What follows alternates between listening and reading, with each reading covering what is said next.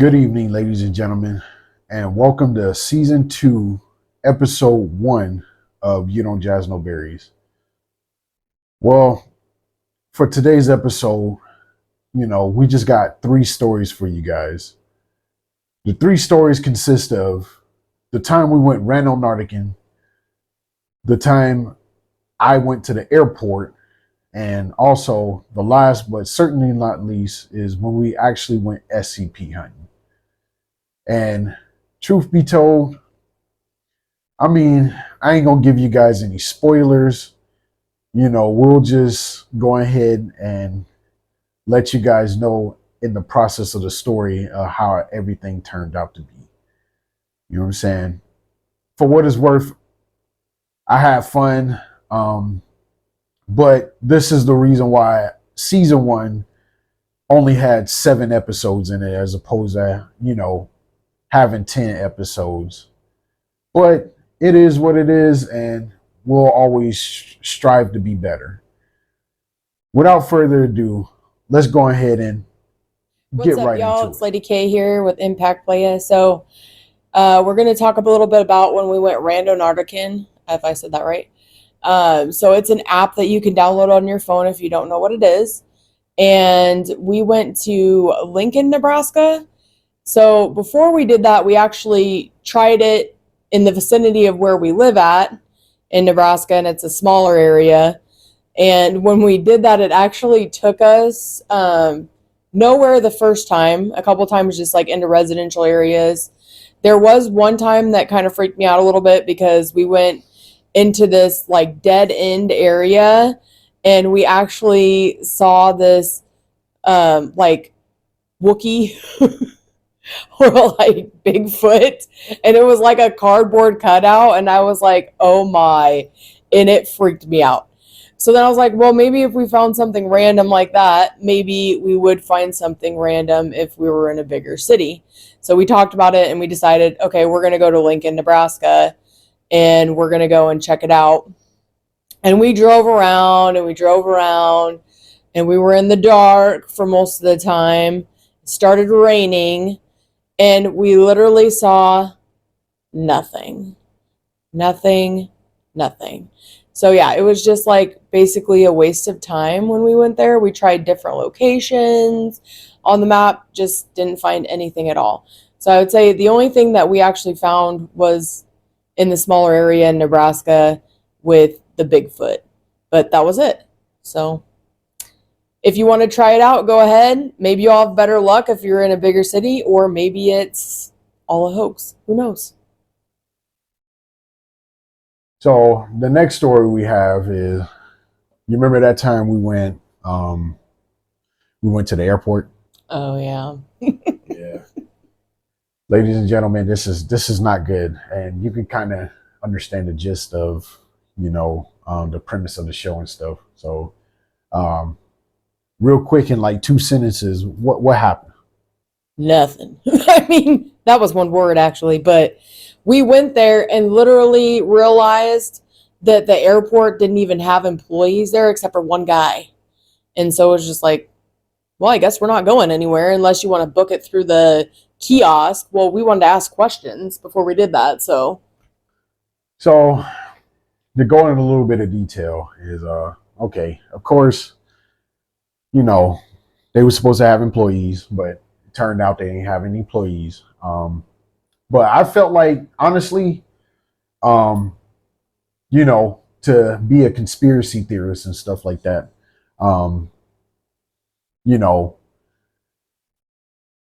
it was people there and people were supposed to be there, but I think it was a glitch in the matrix. Like, honestly, let's think about it, because everybody know it doesn't matter how big or small the airport should be, there should be somebody there. Because if it ain't nobody there, how are you gonna check in? How are you gonna fly? How are you gonna get to your destination?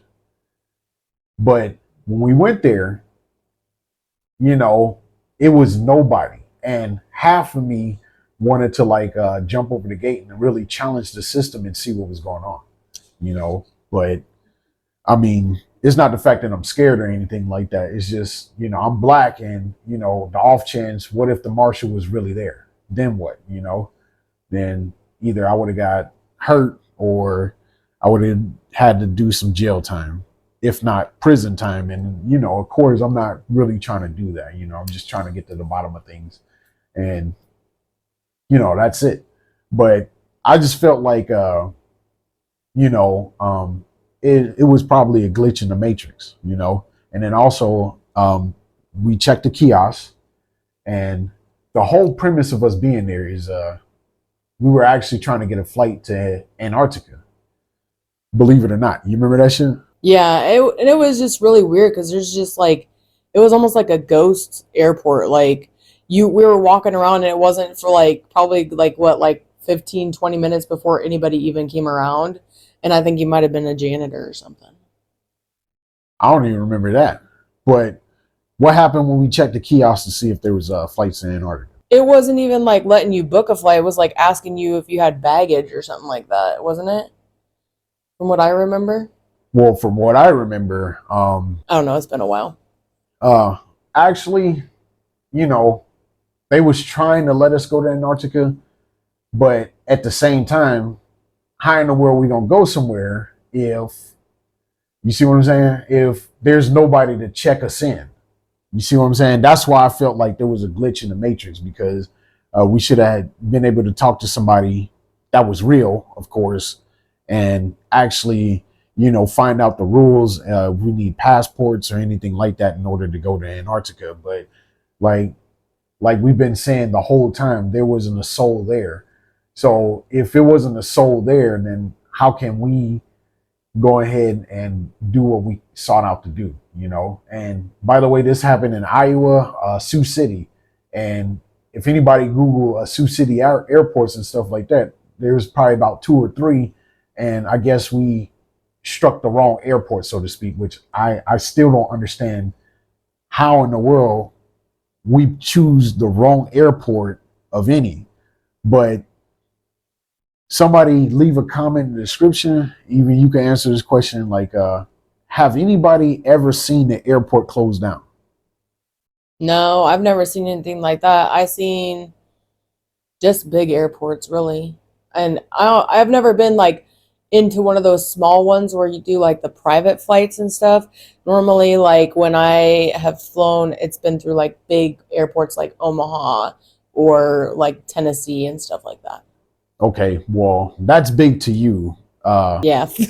I hate to, burst your bubble or whatever, but Omaha is actually considered a small airport. It's not like LAX or the airport in Boston. It's not like Philly and stuff like that, because, airports like that, it's like you're actually walking into a mall, and you see all the glitz and glamour and stuff like that. And, it's beautiful.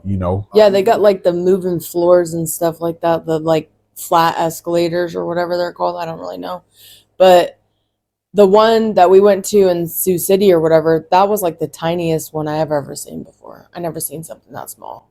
But that's the whole thing, though, too. The section we went into was so closed off, we couldn't even explore the rest of the airport. And of course, like this airport, you catch that and then you connect to another flight. There wasn't even an option to do that. So, I mean, I just really question what was really going on there. You know what I'm saying? It was so dead you probably could get in and out and film a whole movie in there and nobody wouldn't even have known. Right. So, I mean, that's all the elaborating we could do on that. So it's time for the next story.